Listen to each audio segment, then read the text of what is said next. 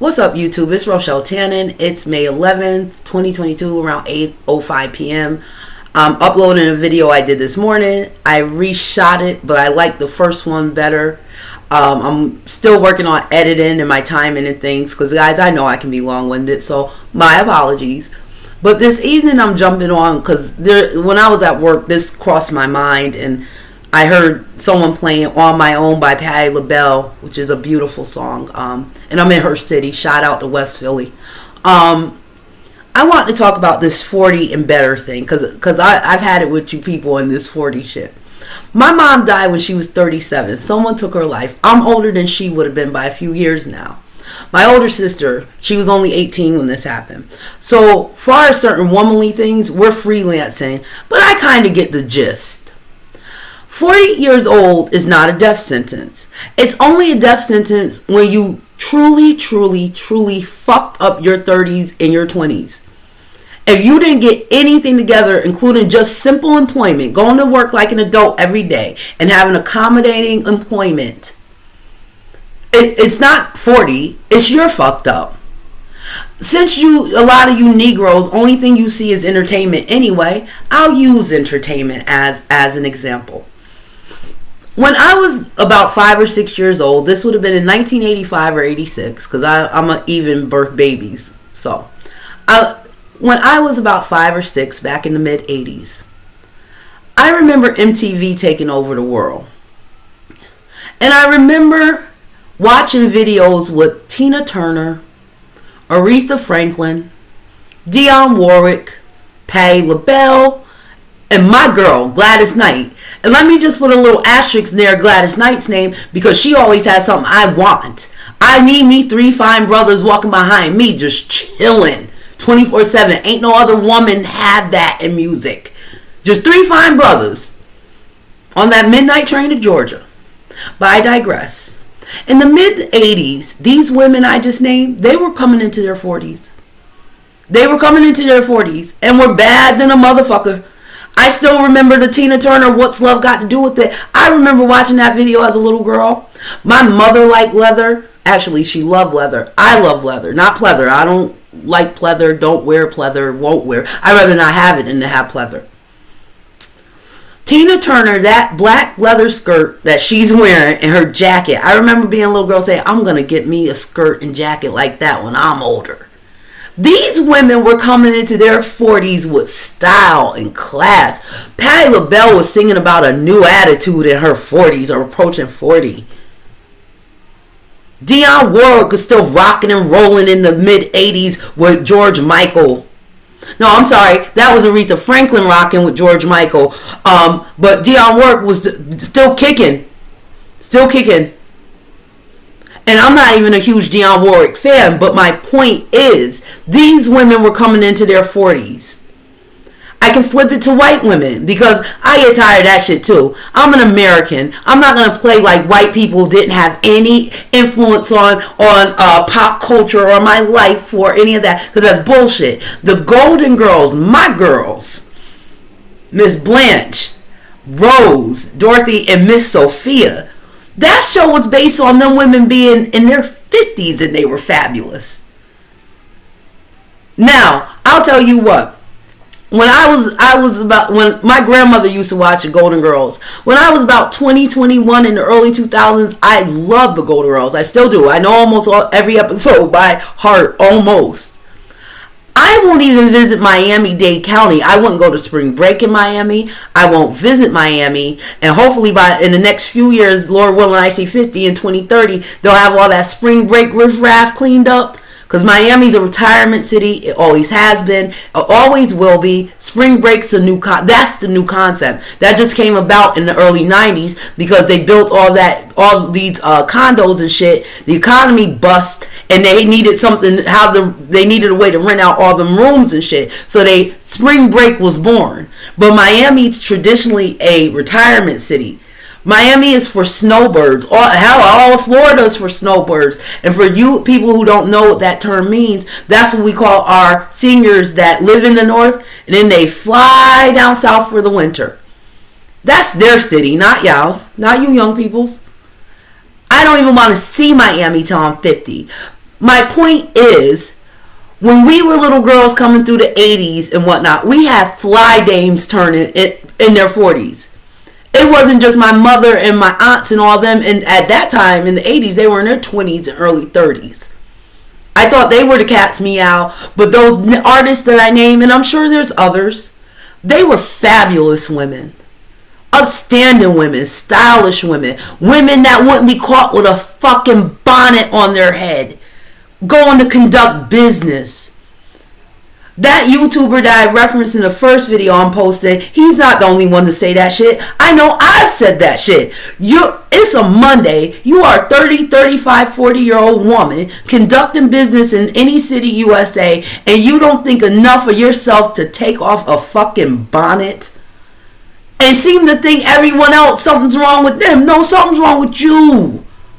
When you wear bonnets and clothes that are meant for the house outside, that just shows the world you're lazy and you're tacky and you don't think enough of yourself to even get dressed. I don't even like my inside clothes, my slippers, night clothes. I don't even like that shit touching outside because they're night clothes and house clothes for a reason. And if your mother didn't teach you that, if your mother wasn't there for whatever reason or whatever, you should be able to pick up on the fact that other women don't do stupid shit like this. It's bad enough, a lot of y'all, and I'm talking about later 30s, hell, mid 30s these days, y'all don't even know how to dress yourselves appropriately on a Monday. But don't compound the crime by wearing a fucking bonnet on your head looking crazy. Looking crazy. You look silly. And then y'all sit back wondering why ain't nobody marrying you. Then you sit back and wonder why other races of men don't look at you. It's bad enough that most of you hoes today got Build-A-Bear parts and shit, detachable and shit. But you won't even address appropriately for conducting business. Some of you hoes won't even get dressed to bring your kids to school. They're your kids. And y'all trying to blame it on being in your late 30s and 40s. I'm not going to let y'all do that. Because like I said, the women I named in entertainment, Tina Turner at 41 would have never been caught outside the house with a fucking bonnet on. And I'll take it a step further. Most of our mother's generation wouldn't be outside with a fucking bonnet on. And then the real thing, then you say, you chicks are trip. Y'all sit there with a bonnet on your head like you got it going on. You don't. You don't. Believe me, you don't. Believe me, you don't. And in your hearts of hearts, you know you could do better. You don't want to do better, and you don't have to. But I'm going to warn you black women about something. Listen here. Over the last decade and a half, other groups have tried to tell you. You've given women like me a hard time because this has been a long time coming for me. Ain't nobody going to get it through to you like your daughters are. Because I talk to these young women. If I'm 41, almost 42, theoretically, by black people's time, I could be the mother of a 24-year-old, 24, 25. And I talk to 24, 25-year-old women, 20-year-old women quite a bit. And it seems like black women from millennials, late Gen Xers, your daughters don't like you very much. They're ashamed of you. I know one young lady that works in Philly at one of the McDonald's. She was telling me one night how her mother acts like they're friends and she dates the guys that she's hanging out with and shit. You bitches ain't shit. You bitches ain't shit. Number one, even if you like younger men, you don't date someone your daughter hangs out with. Even if younger men's your thing. And it's nothing more sad than to hear a young woman say, my mother is my friend. I would imagine as you get into your 30s, 40s, 50s, and your mother and you grow, that you can develop a friendship. But at 24, that's still your mother. You shouldn't be friends with your mother. You shouldn't be best friends with your mother.